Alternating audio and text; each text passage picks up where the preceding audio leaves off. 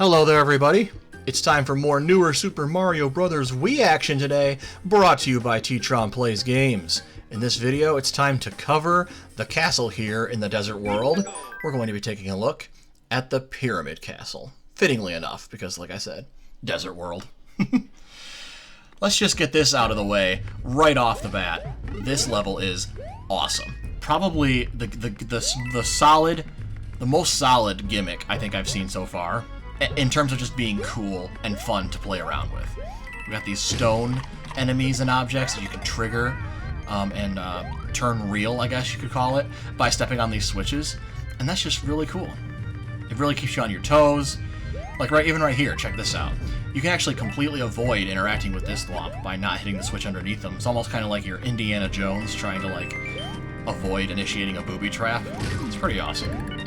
And then like speaking of booby traps, that red ring all of a sudden makes the thwomp above real. So like you never quite know what kind of action you'll have to take or not take in order to make some additional hazards appear. So it really keeps you on edge. Don't pass by this first gold pipe. You want to step on that switch, make the piranha plant real, and then quickly hit him with a fireball to get him out of the way. Now, I think it stands to reason here that you're supposed to hit this question mark switch first and then throw the POW block, because I didn't try it because I didn't want to like waste my time with it, but I'm pretty darn sure that it would be a waste of time to just throw that POW block without turning it, not from stone, because it would probably just be frozen in the air, So hit the question mark switch, then hit the POW block.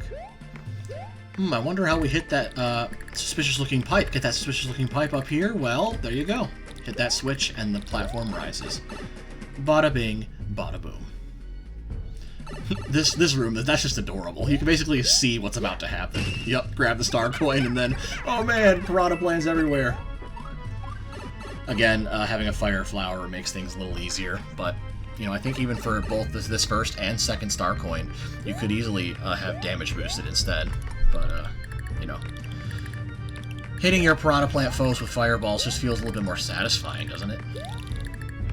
Maybe not if you're a speedrunner. Maybe you want to just damage boost to get it over with. Hey man, whatever floats your goat.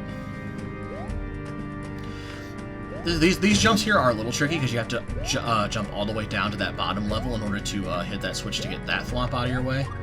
So be a little careful there. You might find it easier to kind of hug the wall and slide down. That might make it a little easier for you. This thwomp can be easily moved out of your way by turning him real by stepping on this switch, and then just kind of standing near him like, hey, can you move, buddy?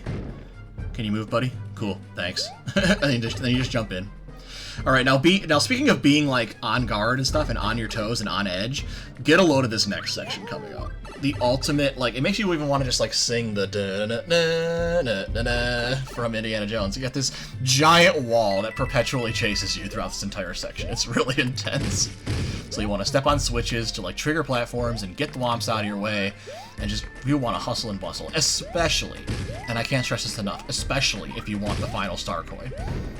I'll tell you see this platform moving, it will literally block off this question mark switch if you are pretty much any slower than I was just there. Like, I barely made it there. But you want to step on that switch because that is the only way to unlock this secret room with the final star coin. Found that out the hard way the first time I played this castle. Yeah, buddy. Had to double back and try it again. It's actually kind of cool because I thought there was just going to be a secret room and you were going to go back to the main castle, but no, there's basically two boss doors. There's a boss door at the end of the secret room and a boss door at the end of the main room should you not get to that switch in time. So there's basically two boss doors, funnily enough. And here we are, a rematch with my good and semi-boring friend, the giant thwomp. The strategy has not changed, my friends. We are still just going to try to force him to break the floor underneath him, and he will basically just go tumbling into the abyss. And, not gonna lie, it's more or less just as slow and just as monotonous as it was the first time. On the plus side, at least it's not like some of those random boss fights that you might find in SMW hacks that are just completely ridiculous that they're barely viable without save states. I guess I'd rather take boring than completely broken and unplaytested.